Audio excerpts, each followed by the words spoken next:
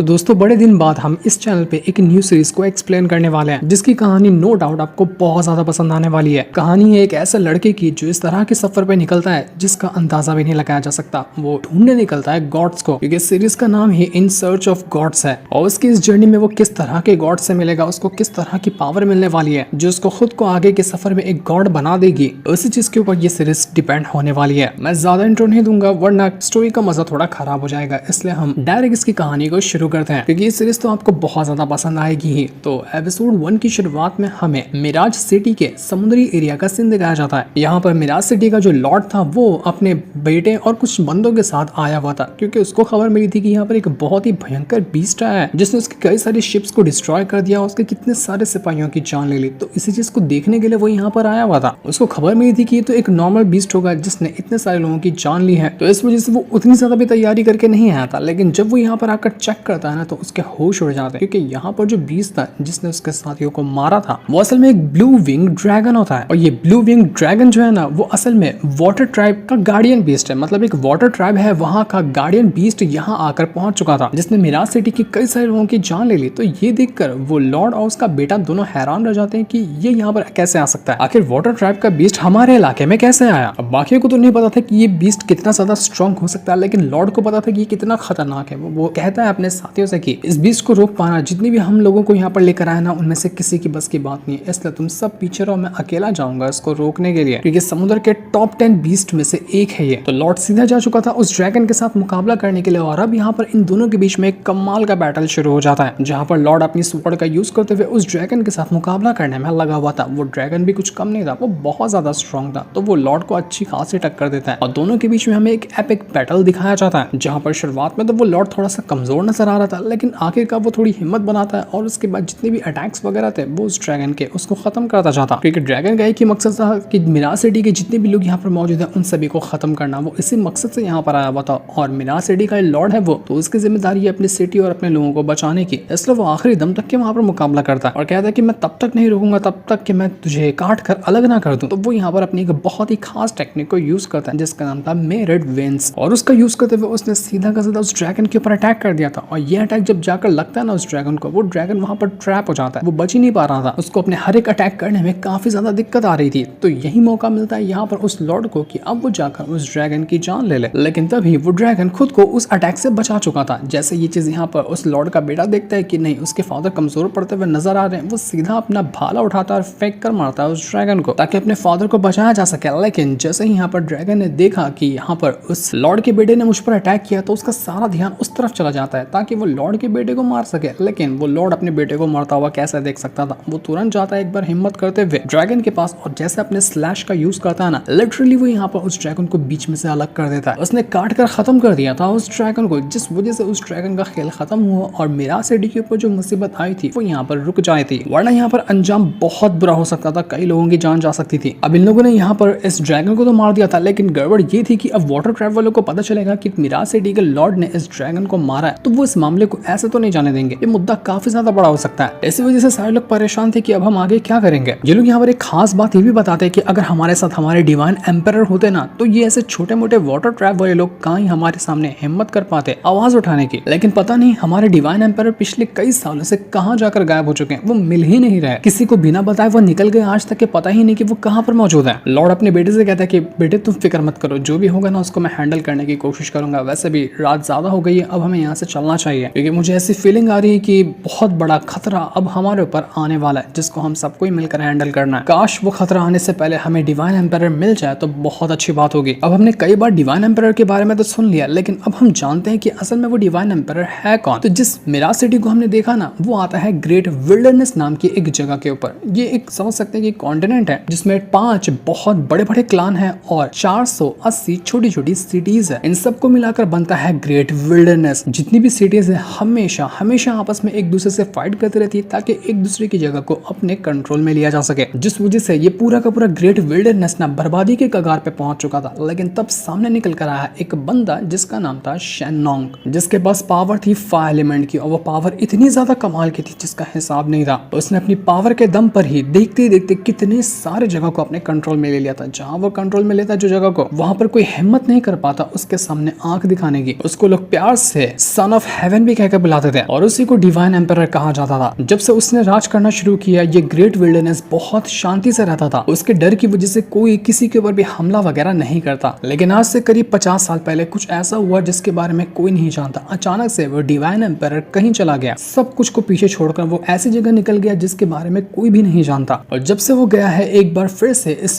Great wilderness के अंदर आपस में झगड़ा करने का जो सीन है वो शुरू हो गया। अब एक बार फिर से लोग एक दूसरे के ऊपर हमला करते हैं और उसकी जगह पर कंट्रोल बनाने की कोशिश करते हैं। इसके बाद हम यहाँ पर नानजिम माउंटेन का सीन देखते हैं। ये एक बहुत ही खूबसूरत सा माउंटेन है और वहाँ पर एक ओल्ड मैन बैठा होता है जो कि काफी ज्यादा बीमार लग रहा था। उसको खांसी वगैरह हो रही थी और उसकी तकलीफ भी ज्यादा बढ़ रही होती है। लेकिन एक खास बात उसके पास ये थी कि उसके पास ना फायर एलिमेंट की पावर थी, यानी कि जब वो अपनी पावर को एक्टिवेट करता तो फायर एलिमेंट की पावर बाहर निकल रही थी। जिसका मतलब ये है कि जिस डिवाइन एम्परर को लोग ढूंढ रहे हैं वो यही डिवाइन एम्परर है जो कि नानजी माउंटेन के अंदर रहता है। डिवाइन एम्परर बताने लग जाता है कि मैं 200 साल बाद इस नानजी माउंटेन के ऊपर आया हूँ और यहाँ आकर मुझे बहुत अच्छी फीलिंग आ रही है। ऐसा लग रहा है कि पुरानी यादें ताजा हो गई। लेकिन जब डिवाइन एम्परर वहां पर बैठा हुआ था ना, उसको किसी की चिल्लाने की आवाज सुनाई देती है और जब वो उस तरफ देखता है, हम देख पाते हैं कि उसी नानजी माउंटेन के ऊपर एक बंदा है जो कोई और नहीं बल्कि हमारी सीरीज का मेन हीरो है और उसका नाम तौबा है। थोड़ा सा अजीब नाम है लेकिन अच्छा ही है। तो तौबा जैसे भाग रहा होता है ना, उसके पीछे बहुत सारे बीस्ट पड़े हुए थे। तो यहाँ पर तौबा चिल्लाते हुए जाता है कि तुम लोग मेरा पीछा क्यों कर रहे हो, मैंने तुम्हारा क्या बिगाड़ा है, मैं तो अपना नॉर्मल हर्ब्स वगैरह लेने के लिए निकला था, तुम लोग तो मेरे पीछे ही पड़ गए। बेचारा तौबा अपनी जान बचाकर वहां से भागने की कोशिश कर रहा था, लेकिन वो बीस्ट तो उसका पीछा छोड़ने के लिए तैयार ही नहीं थे। मानो कि उनको यहाँ पर तौबा की जान चाहिए ही चाहिए, वो भी किसी भी हालत में। पर तौबा भी बच्चा थोड़ी ना है, वो यहाँ पर बहुत ज्यादा एक्सपर्ट है क्योंकि उसने अपना बचपन गुजारा है इसी नानजी माउंटेन के ऊपर और यहाँ पर वो किसी बीस्ट का शिकार हो जाए, ऐसा कैसे पॉसिबल है।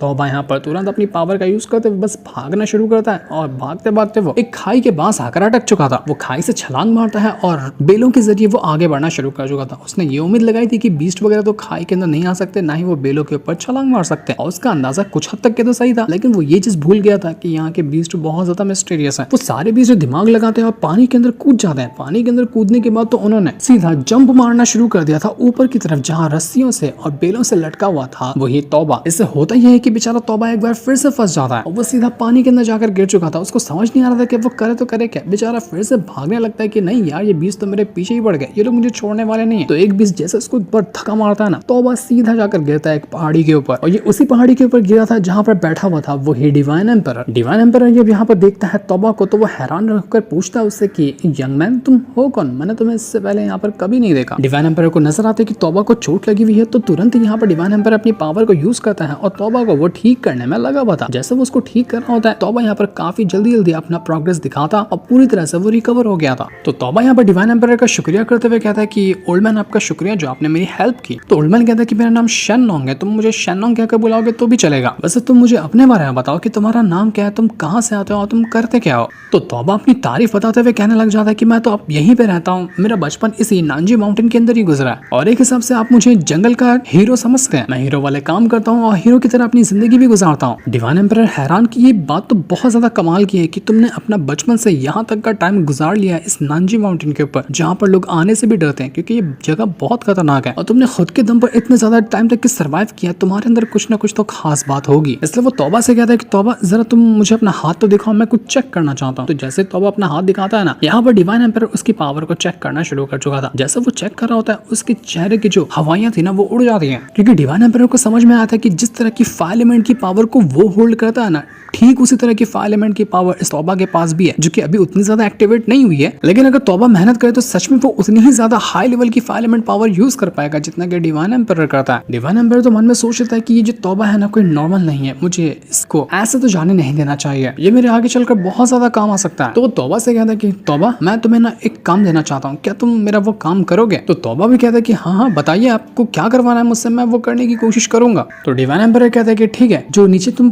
तालाब देख रहे हो ना उसके अंदर जाओ, मैंने वहां पर अपनी एक स्वॉर्ड को रख दिया है। बात यह है कि मेरी स्वॉर्ड उस तालाब के अंदर गिर गई थी, बस एक काम करो उस स्वॉर्ड को उठाकर लाकर मुझे दे दो। तौबा थोड़ा सा घबरा जाता है कि अरे यार अभी तो मैं उसके अंदर से बाहर निकल कर आया हूँ जहाँ पर वो सारे बीस्ट हैं, अब उन्हें देख लिया तो फिर से मेरे पीछे पड़ जाएंगे। तो डिवाइन एम्परर यहाँ पर उसको एक पिल देते हुए कहता है कि ये पिल अपने पास रखो, जब भी तुम्हें ऐसा खतरा लगे ना कि तुम नहीं अब यहाँ पर बच नहीं पाओगे, तो इस पिल को खा लेना, उसके बाद देखना क्या कमाल होता है। तो ये सुनने के बाद तौबा के अंदर हिम्मत आती है और फिर से वो तालाब के अंदर जाकर कूद गया था उस स्वॉर्ड को ढूंढने के लिए। तो जैसे वो अंदर आता है, बीस्ट जो उसके पीछे लगे हुए थे वो तो यहाँ पर उसकी इंतजार में तैयार ही थे। तो अब यहाँ पर वो सीधा तौबा के पीछे पड़ जाता है। तौबा का काम था जल्दी जल्दी उस स्वॉर्ड को ढूंढना और उसको लेकर बाहर आना। इस वजह से पूरे रफ्तार के साथ स्वॉर्ड ढूंढने में लग जाता है, लेकिन उतनी ही रफ्तार से वो बीस्ट उसके पीछे पड़ चुके थे।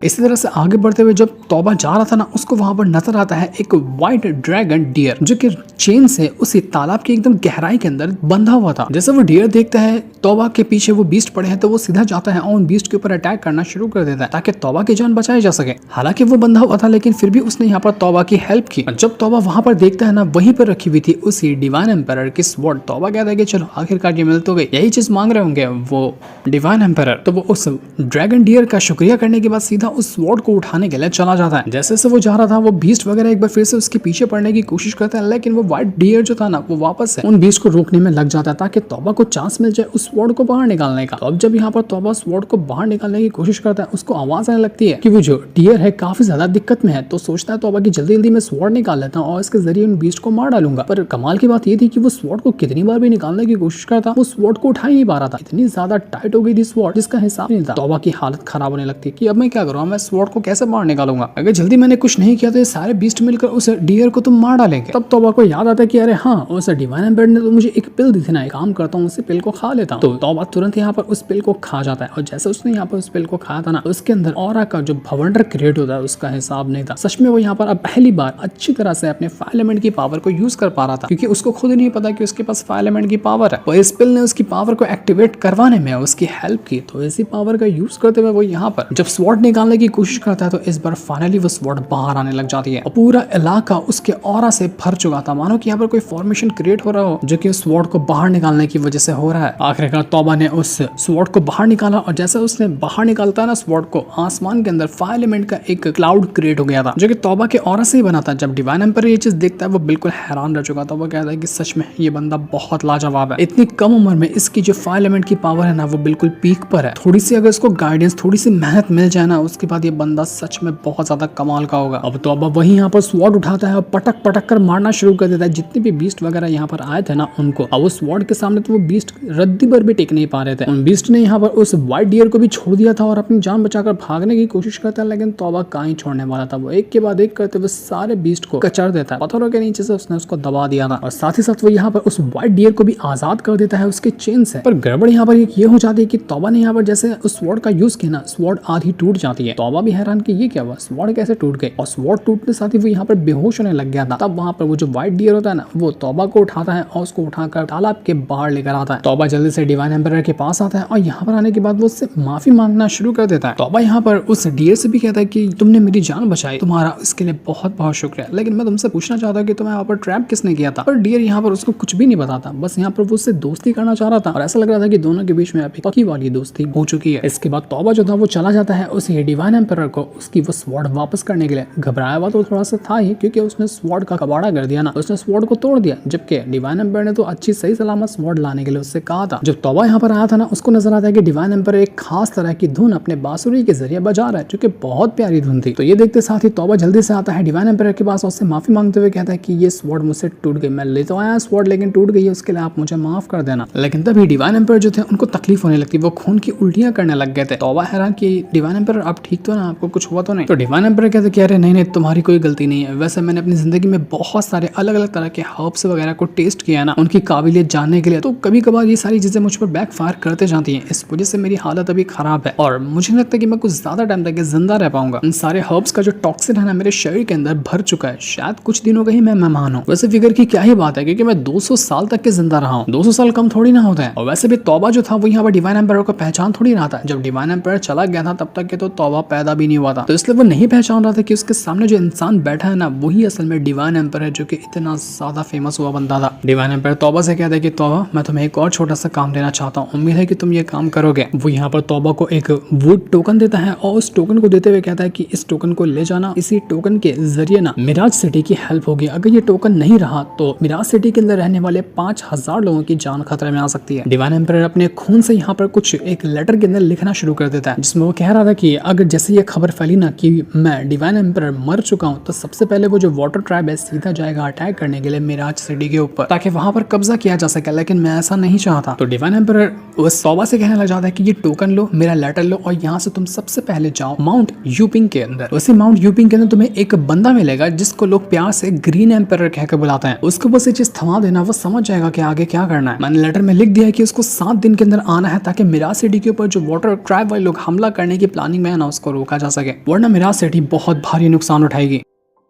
तौबा थोड़ा सा परेशान हो गया था कि इतना बड़ा जिम्मेदारी वाला काम वो कैसे कर पाएगा। लेकिन डिवाइन एम्परर कहता है कि तुमने तो कहा कि तुम एक हीरो हो ना, मैंने सच में मान लिया कि तुम एक हीरो हो, और हीरो ऐसे छोटे मोटे खतरों से कहाँ ही डरता है। तौबा, मैं तुम्हारा फ्यूचर ना देख पा रहा हूँ, बहुत ज्यादा आगे जाओगे, लेकिन ये बात याद रखना कि दिल में कभी बुराई आने मत देना। तुम जो भी कल्टिवेशन करो, जिस भी रास्ते पे चलो ना, उसमें अच्छाई होनी चाहिए, तभी जाकर तुम आगे बढ़ पाओगे। बुराई लोगे दिल के अंदर तो बहुत नुकसान होगा। ये बात मेरी हमेशा हमेशा के लिए याद रखना। अब हालांकि काम यहाँ पर बहुत ज्यादा मुश्किल भरा था, लेकिन तौबा ये काम करने के लिए तैयार हो जाता है कि नहीं, पहली बार जिंदगी में इतना हार्ड काम मिला है, एडवेंचर से भरा हुआ काम मिला है, मैं इसको कैसे छोड़ सकता हूँ। तो डिवाइन एम्परर भी कहता है कि मुझे पता था कि तुम यहाँ पर ये करोगे। वो तौबा को एक बुक भी देता है जिसको हम एक मैप समझ सकते हैं, जो कि इसी पूरी जो ग्रेट विल्डरनेस है ना, उसका मैप होता है, और इसके अंदर 480 सिटीज को मार्क करके रखा गया था। अब जिस भी सिटी के पास जाना है उस तौबा को, तो वो उस सिटी के बारे में अच्छे से जानकारी इस मैप को देख कर ही लगा सकता है। मतलब जहाँ वो मैप को छुएगा ताकि इस सिटी के बारे में कुछ जान सके, हो सकता है कि वो उसी जगह पर पहुंच जाए, टेलीपोर्ट होगा। इस तरह का मैजिकल वो बुक थी जो कि डिवाइन एम्परर ने तौबा को दी थी, ताकि उसका सफर थोड़ा सा आसान हो जाए। डिवाइन एम्परर जो एक पिल दिया था ना, उसने तौबा को उसके करीब 16 और पिल दे देता है उसी तौबा को, क्योंकि उसके पास अभी उतनी ही पिल थी। वो तौबा से कहता है कि मेरी ना जो मेरिडियन है ना, वो पूरी तरह से डैमेज हो चुके हैं और मेरे अंदर टॉक्सिन भर गया। अगर ये नहीं भरा होता ना, मैं अपनी कल्टीवेशन तुम्हें पास ऑन कर देता, मेरी पूरी कल्टीवेशन तुम्हारे हाथों में दे दिया होता, लेकिन मैं नहीं कर सकता ये, क्योंकि मेरी कल्टीवेशन में टॉक्सिन भर चुके हैं। लेकिन उम्मीद करता हूँ कि ये जो 16 पिल है ना, वो तुम्हें स्ट्रॉन्ग बनने में हेल्प करेंगे। तौबा थोड़ा सा उदास हो जाता है, क्योंकि उसका कोई वैसे भी दोस्त नहीं था, और जब यहाँ पर वो डिवाइन एम्परर से मिला ना, बहुत अच्छा कनेक्शन बन गया था। लेकिन अब डिवाइन एम्परर भी इसको छोड़कर जा रहा है। तो डिवाइन एम्परर कहता है कि उदास होने की कोई बात नहीं, जिंदगी में लोगों का आना जाना लगा ही रहता है। डिवाइन एम्परर यहाँ पर तौबा से कहता है कि तौबा, एक और छोटी सी चीज तो मैं भूल ही गया, ये स्वॉर्ड है ना, इसको तुम अपने पास रखो। इस स्वॉर्ड का नाम है वू फेंग स्वॉर्ड, और जिंदगी में कभी भी तुम एक ऐसी फेरी से मिले जिसका नाम कॉन्ग सेंग होगा ना, उसको ये स्वॉर्ड जाकर दे देना, क्योंकि ये स्वॉर्ड उसी फेरी कॉन्ग सेंग की अमानत है। मैं उससे मिल तो नहीं पाया काफी सालों से, लेकिन कम से कम ये दे दूंगा ना, तो मेरे दिल को सुकून मिलेगा। और इतना कहते कहते यहाँ पर वो जो डिवाइन एम्परर था ना, वो बिल्कुल पत्थर का बनकर खत्म हो जाता है। मतलब वो डिवाइन एम्परर जिसकी लेगेसी चलती थी, आज उसने अपनी जान गंवा दी। अब यहाँ पर डिवाइन एम्परर किसी को नहीं मिलने वाला। जब डिवाइन एम्परर को भी भरोसा लगाया था मिराज सिटी वालों ने, अब उनका क्या होगा? किसी ऐसे बंदे को सामने आना पड़ेगा जो कि मिराज सिटी को प्रोटेक्ट करेगा। तौबा को काफी ज्यादा बुरा लगता है यहाँ पर डिवाइन एम्परर की इस तरह की हालत देखकर। वो उससे कहता है कि आपको फिक्र करने की जरूरत नहीं है, मैं पूरी की पूरी अपनी जान लगा दूंगा, लेकिन ये मिशन फेल होने नहीं दूंगा, हमारा ये मिशन जरूर पास होगा, आप सारी की सारी जिम्मेदारियां मुझ पर छोड़ सकते हैं। इसके बाद हम एक माउंटेन के ऊपर खड़ी ना एक लड़की को देख पाते हैं। बताया तो नहीं गया ये लड़की कौन है, लेकिन बाय चांस हो सकता है कि ये वही फेरी कॉन्ग सेंग होगी जिसके बारे में डिवाइन एम्परर कह रहा था। वो भी इंतजार में है कि डिवाइन एम्परर कब वापस आएगा, लेकिन अब तो वो कभी वापस लौट कर नहीं आने वाला, क्योंकि वो मर चुका है। और जब वो ये जानेगी तो उसको बहुत बुरा लगने वाला है, कि हो सकता है कि वो उसकी लवर हो। तो यहाँ का मैटर खत्म होने के बाद ना हम एक दूसरी जगह का सीन देखते हैं, जहाँ पर कई सारे बंदे थे जो कि बड़े ही डेंजरस नजर आते हैं। मतलब कि यहाँ पर कोई एहसासन वगैरह हो, और ये लोग एक महल के पास आते हैं, और वहां पर आने के बाद वो खड़े हो चुके थे, और यहाँ आते साथ ही वो सारे के सारे लोग महल के अंदर जो बंदा बैठा है ना, उसको ग्रीट करते हुए कहने लग जाते हैं कि हम आपकी खिदमत में हाजिर हैं, ट्रू गॉड। तो महल के अंदर से आवाज आती है कि मैंने तुम्हें जिस काम के लिए भेजा था, यानी कि उस डिवाइन एम्परर का पता लगाने के लिए भेजा था, क्या तुमको उसकी लोकेशन मिली? तो जितने भी लोग थे वो लोग कहते हैं कि अभी तो हमें वो नहीं मिले, हमने पूरी तरह से कोशिश की, नानजी माउंटेन को भी छान लिया, लेकिन वो डिवाइन एम्परर का कोई पता हमें नहीं चला। हम मानते हैं कि हमने गलती की है और आपका काम पूरा नहीं कर पाए, तो इसके बदले आपको हमें जो सजा देनी हो हम वो सजा भुगतने के लिए तैयार है। हमने जो गलती की है उसकी आप हमें सजा दे सकते हैं। तो अंदर जो बंदा बैठा था ना, वो यहाँ पर कहने लग जाता है कि देखो इसकी कोई जरूरत नहीं है। अब जब तुम लोगों को यहाँ पर वो डिवाइन एम्परर नहीं मिला, तो मिराज सिटी वालों को कहाँ से ही मिल जाएगा? और जब मिराज सिटी वालों को डिवाइन एम्परर नहीं मिलता है, तो वो लोग अपने आप को बचाएंगे कैसे? उनके पास थोड़ी ना ऐसा कोई दूसरा बंदा है जो कि उनको प्रोटेक्ट करने के काम आएगा। वही डिवाइन एम्परर ही तो उनको प्रोटेक्ट करता था, अब तो उनकी वाट लगने वाली है। और अब यहाँ पर उस मिराज सिटी को अपने कंट्रोल में लेना बिल्कुल भी हमारे लिए मुश्किल नहीं होगा। ऐसा लग रहा लगाते कि जो लोग है ना, ये वही वाटर ट्रैप के लोग हैं जिन लोगों ने मिराज सिटी के ऊपर उस ड्रैगन के जरिए हमला करवाने की भी कोशिश की थी। तो वो जो अंदर बंदा बैठा था ना महल के, वो कहता है कि अब अगला टारगेट है उस ग्रीन एम्पर जो है ना उसको ढूंढना। जासूस लगा दो उसके पीछे, कितनी तरह की जो होता है ना रिसोर्सेस सब लगा दो। मैं देखना चाहता हूँ कि उस ग्रीन एम्पर का मिराज सिटी वालों के साथ क्या चक्कर चल रहा है, क्योंकि अगर बीच में ग्रीन एम्पर आ गया उस मिराज सिटी को प्रोटेक्ट करने के लिए तो हमारे लिए ये काम करना थोड़ा सा और मुश्किल होगा। इसलिए मैं नहीं चाहता कि मेरे काम में कोई भी बाधा है, मुझे किसी भी तरह से उस मिराज सिटी के ऊपर अपना कंट्रोल बनाना है। और मैं उम्मीद कर रहा हूँ कि तुम लोग यहाँ पर पूरी तरह से मेरी बात समझ गए होंगे। तो बाकी के भी बंदे कहने लग जाते हैं कि ठीक है, हम आपकी बात पूरी तरह से समझ चुके हैं। इसके बाद हमें मिराज सिटी का सीन दिखाया जाता है जहाँ पर लॉर्ड बैठा हुआ था और उसके जितने भी एडिटर वगैरह थे वो सभी यहाँ पर मौजूद थे। वो लोग इस बात पे डिस्कशन कर रहे थे कि आखिर वाटर ट्रैप वाला गार्डियन बीस्ट जो है वो हमारे ऊपर अटैक करने के लिए कैसे आया। तो नतीजा ये निकल कर आता है कि वाटर ट्रैप है ना, वो किसी भी तरह से हमारे ऊपर अटैक करना चाहता है, क्योंकि उसका जो लीडर है वू तियान, उसकी बहुत टाइम से हमारे मिराज सिटी के ऊपर नजर बनी हुई। एक बार वो अगर हमारे मिराज सिटी के ऊपर कंट्रोल कर लेना, उसके बाद वो हमारी वाट लगा देगा। और ये करने के लिए वो कितनी भी घटिया हरकत कर सकता है, जैसे कि आज उसने यहाँ पर हमारे साथ की है। तो वहां पर एक ओल्ड मैन होता है जिसका नाम था दुआन। वो कहना शुरू कर देता है कि अगर हमारे पास डिवाइन एम्परर होते हैं ना तो किसी की मजाल नहीं थी कि वो हमारे ऊपर आंख उठाकर देख पाता। ये अरे गहरे वाटर ट्रैप वाले वो वूतियान वो हमारा क्या ही बिगाड़ सकते थे, लेकिन न जाने कौन सी मुसीबत हमारे ऊपर आ गिरी है समझ में नहीं आ रहा। उस वाटर ट्रैप ने अब तक के metal trap, would trap, earth trap और फायर ट्रैप के भी जो लोग हैं ना उनके ऊपर भी कई बार हमला कर चुका है। जितने भी यहाँ पर ट्रैप है वो सभी फायर एलिमेंट की पावर के हिसाब से बने हुए हैं और वाटर ट्रैप चाहता है कि पूरे के पूरे फायर एलिमेंट की पावर उसके कंट्रोल में आ जाए। कम से कम अगर हमारे पास वो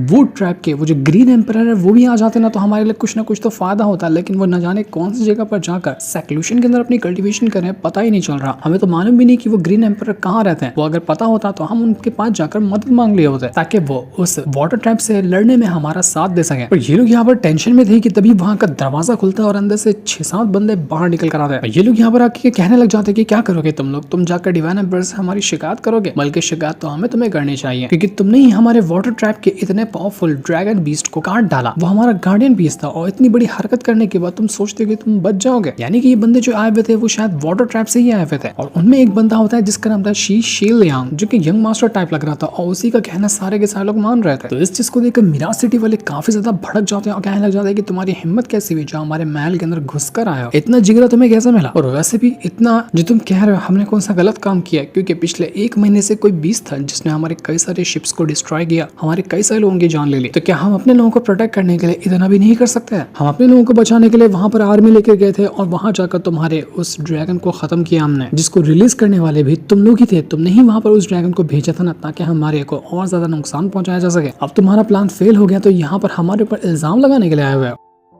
तो शी शिलियांग कहता है कि मैं यहाँ पर बातचीत करने के लिए नहीं आया, मैं डिक्लेरेशन ऑफ वॉर लेकर आया हूँ। मैं 10 दिन की मोहलत देता हूँ। 10 दिन तक अगर तुम लोगों ने हमारे सामने सरेंडर नहीं किया और तुम्हारी मिराज सिटी को हमारे कंट्रोल में आने नहीं दिया तो 10 दिन के बाद मैं आऊंगा तुम्हारी जान लेने के लिए और हर चीज को तहस नहस कर दिया जाएगा। तुम्हारे पास 2 ही ऑप्शन है, या तो सरेंडर करो या फिर लड़ने के लिए तैयार हो जाओ। और इतना कहने के बाद वो तो वहां से जाने लग गया था। इस चीज को देखकर दुआन जो होता है वो बहुत चिल्लाता है शी शिलियांग को कि तू अपने बाप के दम पर उछलता ना, तेरे बाप को भी देख लूंगा मैं, जरा आकर तो दिखा क्या ही बिगाड़ लेता है हमारा। तो यहाँ पर हमारा कुछ बिगाड़ने की तेरी औकात नहीं है। लेकिन शी शिलियांग तो यहाँ पर उसको इग्नोर मारते हुए चला जाता है। इसके बाद हमें यहाँ पर उसी माउंट यूपिंग का सीन दिखाया जाता है जहाँ पर जाने के लिए डिवाइन एम्पायर ने भी कहा था तौबा से कि तुम्हें वहां पर हो सकता है कि मिलेंगे ग्रीन एम्पायर। तो ग्रीन एम्पायर को ढूंढने के लिए तौबा यहाँ पर आया हुआ था अपने उसी ड्रैगन डियर है ना उसके ऊपर सवार होकर, क्योंकि अब से वो दोनों दोस्त बन चुके हैं। तो जहाँ पर भी तौबा जाएगा उसका वो क्यूट सा जो बीस्ट है वो उसके साथ ही जाने वाला है, बिल्कुल उसके जिगरी यार की तरह। तो अब यहाँ पर आने के बाद जैसे ही वो तौबा आगे बढ़ा था ना, वो एक चीज को देखकर बिल्कुल आश्चर्यचकित हो जाता है। उसको समझ नहीं आता कि ये मैंने क्या देख लिया, क्योंकि उसको दिख रहा था कि हवा में एक लड़की है जो कि फ्लोट कर रही है और एक बहुत ही प्यारी धुन बजा रही है अपने बांसुरी के अंदर से। वो धुन इतनी ज्यादा कमाल की कि लोग उसको सुनकर बिल्कुल मदहोश हो जाएं। जो धुन बज रही थी वो बिल्कुल उसी से मैच कर रही थी जो कि डिवाइन एम्पायर बजा रहा था ना उस तौबा के सामने। तौबा को यकीन नहीं होता कि दोनों के पास एकदम एक जैसी धुन कैसे है। क्या यही तो वो फेरी नहीं जिसके बारे में वो डिवाइन एम्पायर कह रहे थे? तो वो भी उसी धुन को बजाना शुरू कर देता है उसी डिवाइन एम्पायर की बांसुरी से। तो जैसे यहाँ पर वो धुन बजाना शुरू किया था ना, उसकी जो धुन होती है वो यहाँ पर इतनी ज्यादा हाई लेवल में प्रोड्यूस होती है कि उसके धुन के वेव्स हर तरफ ट्रैवल करने लग गए थे। जैसे ही एक बार जाते हैं उस फेरी के कान के अंदर, वो एकदम हैरान रह चुकी थी। वो जल्दी से तौबा की तरफ बढ़ना शुरू कर देती कि आखिर ये है कौन और इसने बिल्कुल डिवाइन एम्परर वाली धुन कैसे बजाई। एक तरफ वो यहाँ पर तौबा को देखकर बिल्कुल हैरान थी कि ये कहाँ से आ गया, उसी के साथ साथ तौबा तो उसको देखकर बिल्कुल मदहोश ही हो गया था। वो अपनी नजर ही नहीं संभाल पा रहा था कि यार ये इंसान या फिर कौन है, ये कितनी ज्यादा सुंदर है। उसके हाथों से तो बांसुरी तक छूटने लग जाती है, वो उसको कुछ होश ही नहीं रहा था। तो वो जो फेरी थी जो कि असल में वुड ट्राइब की एक फेरी है, वो कहती है तौबा से कि तुम जो अभी धुन बजा रहे हो ना, ये तुमने कहाँ से सीखा, क्योंकि ये धुन मुझे किसी की याद दिलाती है। तौबा तो अभी तक के मदहोश ही था, उसको याद भी नहीं कि सामने उसकी वही फेरी खड़ी है, उसको वो क्या पूछ रही है। तो उसका ध्यान तो उसको थोड़ा होश में लाने के लिए वो फेरी अपनी पावर का यूज करती है और एक हल्का सा झटका मारती है। तब जाकर तौबा को समझ में आता है कि अरे हाँ, अभी मैं को होश आया कि मैं हाँ क्या देख रहा हूँ अपने सामने। एक बार फिर से वो फेरी यहाँ पर तौबा से वही सवाल करती है कि तुमने ये धुन कहाँ से सुनी। तो तौबा बताता है कि मैंने एक ओल्ड मैन से सुनी है जो कि बिल्कुल मर रहे थे और आखिरी दम पर उसने यहाँ पर ये धुन बजाई थी जिसको मैंने सीख लिया। फेरी ये सुनकर काफी ज्यादा इमोशनल हो जाती है कि वो मर रहे थे, क्या तुम्हें उनका नाम पता है कि उनका नाम क्या था। तो तौबा कहता है कि हाँ मैंने सुना तो था उनका नाम शेन लॉन्ग था। ये सुनते साथ ही वो जो फेरी थी ना, उसका दिल बिल्कुल टूट जाता है क्योंकि पता चल चुका था उसको कि डिवाइन एम्परर मर चुके हैं और उसका शक यकीन में तब बदल जाता है क्योंकि यहाँ पर तौबा के पास ही उसकी स्वॉर्ड थी। फेरी तुरंत यहाँ पर तौबा से वो डिवाइन एम्परर वाली स्वॉर्ड हासिल कर लेती है और उस स्वॉर्ड को वो अच्छे से देखने लग गई थी। जैसे वो स्वॉर्ड को छूती है ना, स्वॉर्ड के अंदर से कुछ लिखावटें बाहर निकल कर आने लग गई थी और लिखावटों को देखकर एक बार वो फेरी कहती है आंटी। मतलब यहाँ पर जिस लड़की का नाम लिखा हुआ था ना उस स्वॉर्ड के ऊपर, वो असल में इस फेरी की आंटी लगेगी। और इसको याद करते ही वो फेरी यहाँ पर रोना शुरू कर देती है। उसको अपनी आंटी की याद आने लग गई थी और ये आंटी कोई और नहीं बल्कि वही फेरी कॉन्गसोंग है जिसके बारे में डिवाइन एम्परर कह रहा था कि अगर तुम्हें वो मिले ना तो उसको ये स्वॉर्ड लौटा देना। लेकिन अब हालात देखकर ऐसा लग रहा है कि शायद फेरी कॉन्गसोंग जो है ना वो भी अब जिंदा नहीं रही, उसकी कोई रिश्तेदार है ये फेरी जिसके पास अब वो स्वॉर्ड चली गई। और जब इसने याद किया उसी फेरी कॉन्गसोंग को तो उसको बहुत बुरा लगा अपनी आंटी को याद करके। वो सारे लम्हे याद करने लग जाती है किस तरह से डिवाइन एम्परर और उसकी आंटी एक दूसरे से प्यार किया करते थे और एक दूसरे के खिलाफ कभी नहीं जा सकते थे। स्वॉर्ड जो थी उसको खास करके वो जो फेरी कॉन्गसोंग है उसने बनाया था डिवाइन एम्परर के लिए। और जब से डिवाइन एम्परर के पास वो स्वॉर्ड आई थी ना, वो लिटरली बहुत ज्यादा स्ट्रॉन्ग हुआ था और यहीं से उसके स्ट्रॉन्ग बनने का सफर शुरू हुआ था। वो स्वॉर्ड को दिन रात यूज करता, दिन रात उसको चलाता रहता, तब जाकर उसने उस स्वॉर्ड में मास्टरी हासिल की थी। लेकिन दिक्कत ये थी कि यहाँ पर जितने भी ट्राइब वगैरह है ना, उनका एक रूल है कि अगर ट्राइब की जो सेंट है, मतलब कि सबसे ज्यादा स्ट्रॉन्ग लड़की, उसके पास हक नहीं होता है शादी करने का। अब किसी ने भी शादी के बारे में सोचा भी ना तो उसको हमेशा हमेशा के लिए पिंजरे के अंदर कैद कर दिया जाता है। बड़ा ही डेंजरस रूल था ये। पर फेरी कॉन्गसोंग जो थी वो सच में अपने ट्राइब की सबसे ज्यादा स्ट्रॉन्ग लड़की थी और उसके ऊपर भी ये रूल लागू होता था। लेकिन वो फेरी कॉन्गसोंग मांगने वाली नहीं थी क्योंकि उसको प्यार था डिवाइन एम्परर से। तो इसी वजह से वो अपना ट्राइब, अपना घर बार सब कुछ छोड़कर हमेशा हमेशा के लिए चली जाती है कि मैं शादी करूंगी तो डिवाइन एम्परर से, वरना मरना पसंद करूंगी। यही वजह से वो डिवाइन एम्परर अपने मरते मरते तक के ही उसी फेरी को याद कर रहा था। तो वो भी नजारा देखकर हैरान हो जाता है कि यहाँ का सीन तो कुछ ज्यादा ही इमोशनल हो गया, क्या चल रहा है यहाँ पर।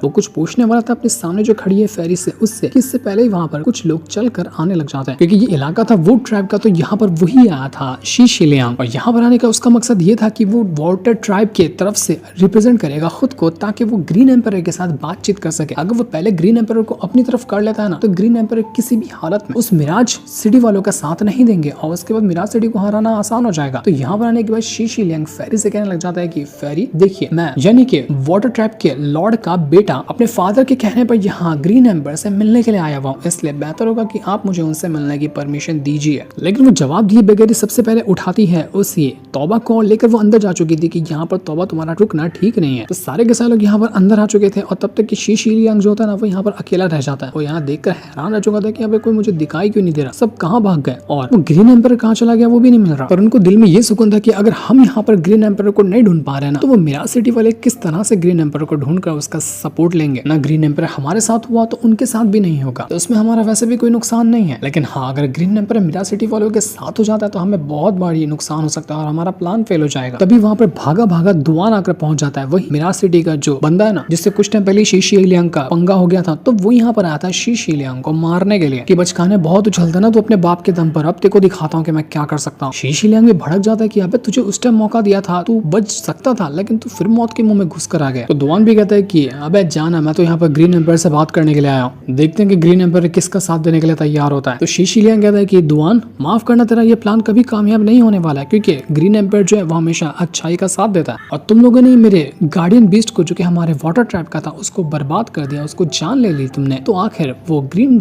एम्पायर तुम्हारा साथ कैसे दे सकता है? वो हमारा ही साथ देगा, इसकी मैं तुम्हें गारंटी देता हूँ। इसलिए अपना सड़ा हुआ मुंह उठा और यहाँ से निकल ले, तेरा साथ नहीं देने वाला ग्रीन एम्पायर। तो दुआन भी चिल्लाना शुरू कर देता कि अबे जा, वो तो टाइम ही दिखाएगा, तुझ जैसे बचकानों की औकात नहीं कि मेरे सामने ग्रीन एम्पायर का सपोर्ट तुम लोग हासिल कर लो। मामला यहाँ पर बहुत ज्यादा गर्मा गर्मी का हो चुका था और जो तौबा होता है ना, वो अभी भी यहाँ पर सारे नजारे देख रहा था कि असल में चल क्या रहा है। यहाँ पर लगता है कि कुछ बड़ा सीन होने वाला है। तो वहीं यहाँ पर उस दुआन ने इतना ज्यादा भड़का दिया था उस शी शी लियांग को कि उसका दिमाग खराब हो जाता है। वो लड़ने के लिए तैयार हो चुका था। तो दुआन भी कहता है कि अबे जा, तेरे पास टैलेंट नहीं है, तेरे पास सिर्फ गुस्सा है और गुस्से के दम पर तू घंटा नहीं मेरा कुछ उखाड़ पाएगा। जितना बड़ा लूजर तेरा बाप वू तियान है ना, उससे कहीं गुना ज्यादा बड़ा लूजर तो तू है। शी शी लियांग का दिमाग तो पूरा आउट हो चुका था। वो कहने लग जाता है ग्रीन एम्पायर से, ग्रीन एम्पायर माफ करना मुझे, लेकिन अब मैं नहीं रुक सकता, मुझे यहाँ पर इस दुआन की जान लेनी ही होगी। ये बहुत बोलता है, इसको सबक सिखाना पड़ेगा। और अब इसके बाद यहाँ पर शुरू हो जाता है बैटल, जो कि हो रहा था अकेले दुआन का सारे के सारे उन साथियों से जो कि वाटर ट्रैप से आए हुए थे। अकेला यहाँ पर दुआन इतने सारे लोगों का मुकाबला करता है, लेकिन इतने लोगों का मुकाबला करना अकेले दम पर इतना बड़ा बहादुर तो कोई हो नहीं सकता। इस वजह से उसको बहुत सारे अटैक लग जाते हैं। ऊपर से वो शी शी लियांग, उसके पास एक से बढ़कर एक वेपन वगैरह थे। वो कभी अपनी एक टेक्निक का यूज करता, कभी दूसरी टेक्निक का यूज करता। ज्यादातर तो वो यहाँ पर अपने पाइथन की स्पिरिट को यूज कर रहा था, जो कि असल में उसकी एक बहुत ही खास टेक्निक होती है और उसका यूज करते हुए वो यहाँ पर दुआन को बहुत मारता है। दुआन की हालत खराब हो चुकी थी, पर फिर भी वो इतना जोश में आया था कि उसका जोश ठंडा करना बिल्कुल नामुमकिन हो किसी के लिए भी। इसलिए वो यहाँ पर फिर से सभी के साथ मुकाबला करना शुरू कर चुका था और इनका बैटल देखते ही देखते बहुत ज्यादा इंटेंस हो जाता। रुकने का तो वो नाम ही नहीं ले रहा था। जैसे से दुआन को मौका मिलता, वो यहाँ पर ग्रीन एम्पायर को आवाज लगाते हुए ये कहना चाहता है कि आप इस तरह के घटिया लोगों का साथ देना पसंद करेंगे क्या? इनकी घटिया हरकतों का आप अंदाजा भी नहीं लगा सकते, इसलिए इनका साथ मत दीजिए और साथ दीजिए हमारा, यानी कि मिराज सिटी का, और यही अच्छाई का रास्ता होगा आपके लिए। लेकिन अभी तक के ग्रीन एम्पायर ने कोई जवाब नहीं दिया था। अब वो है भी यहाँ पर कि नहीं, ये सब अपने मन से बातें बना रहे हैं, ये किसी को नहीं पता। काफी देर तक कि जब ग्रीन एम्पायर का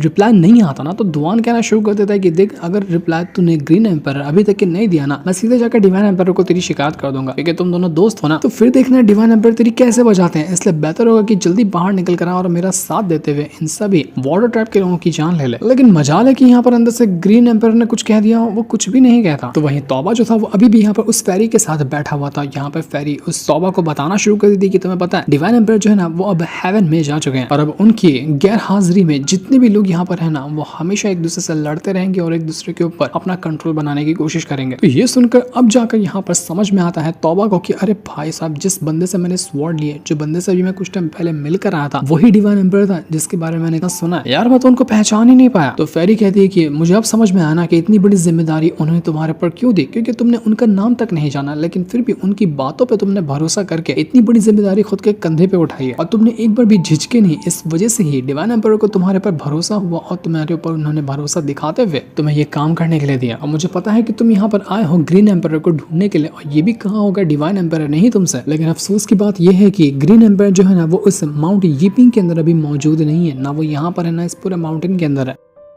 तौबा परेशान कि अब मैं उनको कैसे ढूंढूंगा, वो मुझे कहाँ पर मिलेंगे। तो फेरी कहती है कि बाहर जो तुम्हें दुआन नजर आ रहा है ना, उसको किसी भी तरह से बचा लो। अगर वो बच जाता है ना, तो वही तुम्हें डिवाइन एम्पायर तक के पहुंचा देगा। इसलिए अगर तुम्हें ग्रीन एम्पायर को ढूंढना है तो इस दुआन को किसी भी तरह से बचाना होगा। और बचाओगे कैसे? सामने तो पूरी तरह से वाटर ट्रैप के लोगों ने उसको घेर कर रखा हुआ है। कुछ दिमाग लगाओ या फिर जाकर तुम्हें उनसे लड़ना होगा। उधर वहां पर दुआन तो पागल हो गया, तो वो अभी भी चिल्लाते हुए जा रहा था कि ग्रीन एम्पायर अचार डाल रहेगा कमरे के अंदर बैठकर। अबे हिम्मत है तो बाहर निकल कर आ, मेरी मौत का तमाशा देखने के लिए छुपा ही गया। बाहर आने तो मैं तुझे छोड़ूंगा नहीं। जब से प्यार से बुला लिया, लेकिन तू आने के लिए तैयार ही नहीं हुआ, जबकि उसको क्या पता कि ग्रीन एम्पायर तो यहाँ मौजूद ही नहीं है। देखते ही देखते उस शी शी लियांग ने पूरी तरह से अपने पाइथन के अंदर ट्रैप कर दिया था दुआन को, और अब बस यहाँ पर लग रहा था कि उसकी जान जा सकती है। पर दुआन कहता है कि नहीं, मैं अपनी सिटी के खातिर अपनी जान गंवाना पसंद करूंगा, लेकिन हार कर जाना नहीं पसंद करूंगा। वो यहाँ पर अपनी और ज्यादा पावर को यूज करता है ताकि किसी भी तरह से अपने आप को छुड़ाकर अपने आप को बचा सके और शी शी लियांग की वाट लगाई जा सके। इसके बाद तो यहाँ पर उसने मिस्टिकल वेन टेक्निक को यूज कर लिया था। ये टेक्निक ठीक उसी तरह की लग रही थी जिस तरह की टेक्निक को उस मिराज सिटी के लॉर्ड ने भी यूज किया था। और जैसे उसने इस टेक्निक को एक्टिवेट किया ना, सारे के सारे वाटर ट्रैप के बंदों की हालत खराब हो जाती है और यहाँ तक के उस शिशिलियांग को भी काफी गहरी जाकर चोट लग गई थी। वो अपने आप को बचा तो चुका था, लेकिन यहाँ पर बैटल अब बहुत ज्यादा डेंजरस हो चुका था। जब से बर्दाश्त कर रहा था दुआन, अब बर्दाश्त करने वाला वो नहीं था। पर इस टेक्निक को यूज करने के कुछ ही देर बाद उसकी भी हालत खराब होने लगती, क्योंकि वैसे भी वो उतना ज्यादा रिकवर तो हुआ नहीं इतने लोगों से फाइट करने के बाद। तो यहाँ पर तौबा जो था वो कहने लग जाता है कि मुझे किसी भी तरह से इस दुआन को बचाना है। क्या आपको कोई तरीका पता है कि किस तरह से मैं इसको बचा सकता हूँ? तो यहाँ पर वो जो फेरी थी वो एक छोटा सा दिमाग लगाती है और आइडिया बता देती है उसी तौबा को। तो इसके बाद जैसे ही वाटर ट्रैप के लोग पूरी तरह से घेर कर दुआन की जान ही के लेने वाले थे कि तभी अंदर से आवाज आती है, स्टॉप, रुक जाओ, मैंने कहा सभी को। अब ये आवाज थोड़ी भारी थी, तो ये सुनकर सभी को लगता है ग्रीन एम्पर यहाँ पर आ रहा है और उन्होंने ये झगड़ा खत्म करने के लिए कहा है। पर हम देख पाते कि असल में ये कारनामा किसी और का नहीं बल्कि अपने तौबा का ही था। वो अंदर से थोड़ी भारी आवाज में कह रहा था कि मैं डिवाइन एम्पर हूँ, सब लोग यहाँ पर फाइट रोक दो। तो सारे के सारे लोग यहाँ पर अपनी फाइट रोक देते हैं, क्योंकि डिवाइन एम्पर के सामने कौन ही यहाँ पर फाइट करना चाहेगा। उनको तो ये डर हो गया था कहीं ऐसा तो नहीं कि काफी टाइम से वो डिवाइन एम्पर हमारे ऊपर नजर बना कर रखे हुए थे और सारी की सारी फाइट देख रहे थे। शिशिलियांग भी यहाँ पर तौबा को ही डिवाइन एम्पर समझकर कहने लग जाता है कि डिवाइन एम्पर बताइए आप किसका साथ देने के लिए तैयार है? तो तौबा कहता है कि वो सब छोड़ो, पहले ये जो दुआन है ना इसको मेरे महल के गेट के पास लाकर खड़ा कर दो, मुझे उससे कुछ खास बात करनी है। तौबा दिमाग लगा रहा था कि एक बार दुआन यहाँ पर आ जाए तो उसको अंदर घसीट लेगा, उसके बाद दुआन की जान बच जाएगी। तो जैसे ये काम होता है ना, जल्दी से तौबा आता है उस दुआन के पास और उसको बचाने की कोशिश में लग चुका था। तौबा पहचान लेता है कि मैं तो ग्रीन एम्पर नहीं हूँ और किसी ने मुझे देख लिया तो दिक्कत हो जाएगी। और उसी के साथ साथ वो जो दुआन था वो भी समझ चुका था कि ये तो कोई बच्चा है, ये तो ग्रीन एम्पर नहीं है, ये कहाँ से आ गया। और तौबा कहता है कि अरे कुछ आवाज मत करना, मैं तुम्हें बचाने के लिए आया हूँ, आवाज करोगे तो हम दोनों के लगेंगे। तो तौबा यहाँ पर दिमाग लगाते हुए शिशिलियांग से कहना चाहते कि देखो मुझे ग्रीन एम्पर ने यहाँ पर भेजा है बात करने के लिए, मैं इस दुआन को अंदर ले जा रहा हूँ, इसके साथ वो कुछ बात करना चाहते हैं, तो अब तुम लोग यहाँ से कल्टी मार लो। शिशिलियांग गुस्सा हो जाता है कि हम तो पहले यहाँ पर आए थे और बात करने का ग्रीन एम्पर से हमारा ज्यादा हक बनता है। लेकिन तौबा कहता है कि अगर तुम लोग यहाँ पर नहीं गए ना तो ग्रीन एम्पर को बहुत गुस्सा आएगा, वो तुम्हारी वाट लगा देंगे। तो अब डिसाइड तुम्हें करना है कि तुम क्या करने वाले हो। लेकिन उस शिशिलियांग के साथ एक ओल्ड मैन आया हुआ था, वो कहने लग जाता है कि जरा मुझे ढंग से बताओगे कि तुम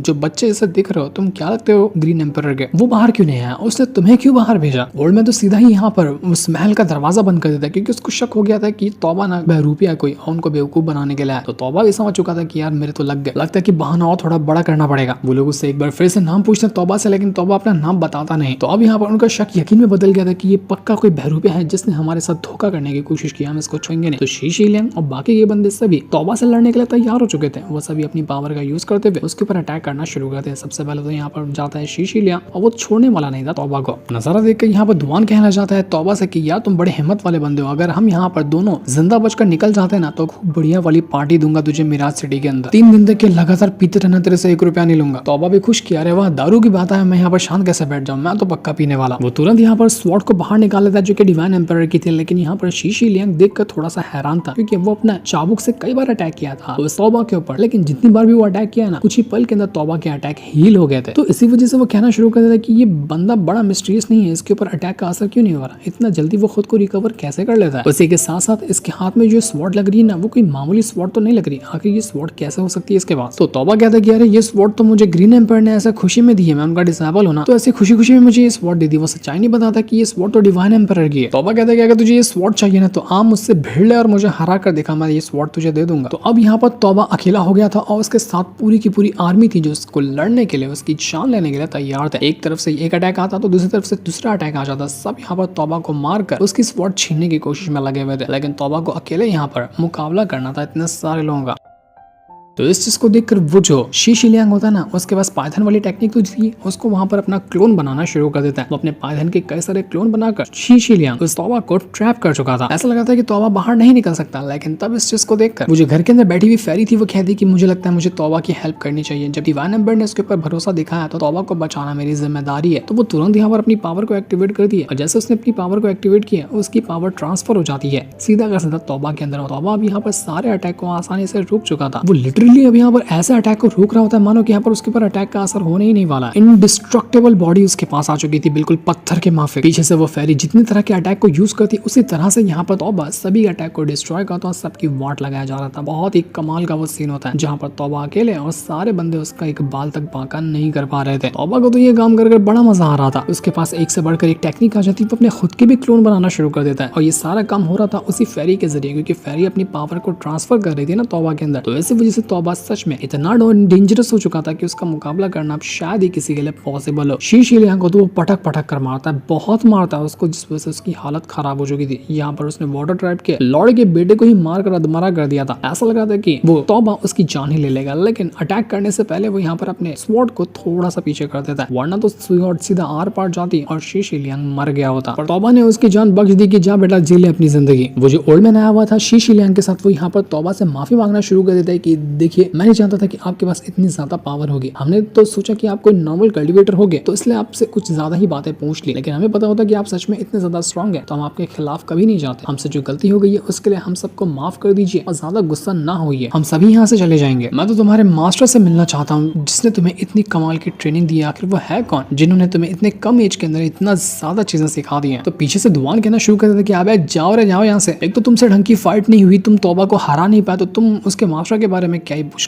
कर लोगे? उसके मास्टर का तो तुम बाल तक बांका नहीं कर पाओगे, तुम तौबा को ही नहीं हरा पाए तो उसके मास्टर को हराना सोचना ही मत। बेहतर होगा कि उल्टे कदम उठा और यहाँ से कल्टी मार ले, वही अच्छा होगा। तो वाटर ट्राइब के जितने भी लोग थे ना वो वहां से आगे बढ़ने लग गए थे। उनको पता था कि अब वो यहाँ पर नहीं कुछ कर सकते तौबा का, लेकिन वो शी शिलियांग एक गुस्से भरी नजरों में देख कर जाता है उसे तौबा को कि तौबा देखते रहना, तू बचेगा नहीं। तौबा भी खूब उसका मजाक उड़ाता है, उसको बाय बाय कहता है कि अबे जाना, पहले तू आगे बढ़, बाद में जब आएगा तब देखा जाएगा। शी शिलियांग ऐसा तो शांत बैठने वाले नहीं था, वो कुछ ना कुछ तो हरकत करने के बारे में जरूर सोचेगा। तो अब ये होने के बाद हम एक बहुत ही अजीब से आदमी को देख पाते हैं जो कि इंसान कम कोई डीमन जैसा ज्यादा लग रहा था और एक बहुत ही बड़ा कॉफन उठाकर चल रहा होता है। वो आगे बढ़ते हुए एक बंदे के पास आता है और यहाँ पर आने के बाद जो बंदा था ना सामने वो खड़ा हुआ था। डीमन जैसे आदमी का नाम होता है डिंगजी। अब वो अपने सामने वाले बंदे से कहता है कि लॉर्ड बताइए कि आपके क्या ऑर्डर है, मुझे अभी क्या फॉलो करना चाहिए। और तब हमें पता चलता है कि उसके सामने जो बंदा खड़ा है ना वो कोई और नहीं बल्कि तियानवू है, यानी कि वही है वाटर ट्राइब का जो लॉर्ड है ना वो शी शिलियांग का बाप। तो तियानवू कहने लग जाता है उसी डिंगजी से कि बताओ मुझे उस माउंट यूपिंग के अंदर क्या हुआ, कैसे सिचुएशन है वहाँ की, कि तुम्हें पता है ना कि ये मैटर कितना ज्यादा सेंसिटिव है। मैं नहीं चाहता कि हमारा ये प्लान फेल हो, ना ही मैं ये चाहता हूँ कि शी शिलियांग को कुछ हो। मुझे उसकी सेफ्टी चाहिए और जिस काम के लिए मैंने उसको वहां पर भेजा है वो काम मुकम्मल होना चाहिए। जाओ और देखो कि वहां पर चल क्या रहा है, मेरा प्लान बस कामयाब हो, मुझे इससे ही मतलब है। तुम्हें जितने रिसोर्सेज चाहिए जो चाहिए सब कुछ लेकर यहाँ से जा सकते हो, बस मेरा काम हो जाना चाहिए। और अगर इस काम को रोकने में कोई भी बंदा तुम्हारे सामने आता है तो तुम सीधा उसकी जान ले लेना, एक बार दोबारा सोचना भी मत। क्या तुम ये काम कर पाओगे? क्योंकि मुझे भरोसे लायक बंदा चाहिए जो मेरा काम आसानी से कर सके। लेकिन वो बेचारा डिंगजी जो था इस काम को लेने ही क्या वाला था कि इससे पहले वहां पर एक लड़की आ जाती जो कहने लग जाती कि मेरी जरूरत कब पड़ेगी आपको, मैं हूं ना यहाँ पर, उनकी वाट लगाने के लिए मैं अकेली काफी हूँ। लेकिन ये लड़की थी कौन? उसकी तो हमें शक्ल तक नहीं दिखाई गई, सिर्फ उसका बदन दिखाया गया जिसे देखकर तो वो काफी कमाल की लग रही थी। और अब ये जिम्मेदारी उठाने वाली है तौबा की वाट लगाने की और मिराज सिटी को अपने मुट्ठी में लेने की। लेकिन अब क्या होगा मिराज सिटी का? क्या तौबा उसको बचा पाएगा? ये तो हमें आगे के एपिसोड में ही पता चलने वाला है। उम्मीद है कि ये सीरीज आपको पसंद आ रही होगी। अगर हाँ तो आप कमेंट्स के अंदर नेक्स्ट एपिसोड लिख सकते हैं ताकि मैं जल्द से जल्द इसका नेक्स्ट एपिसोड ला सकूं। तब तक के लिए थैंक्स फॉर वॉचिंग।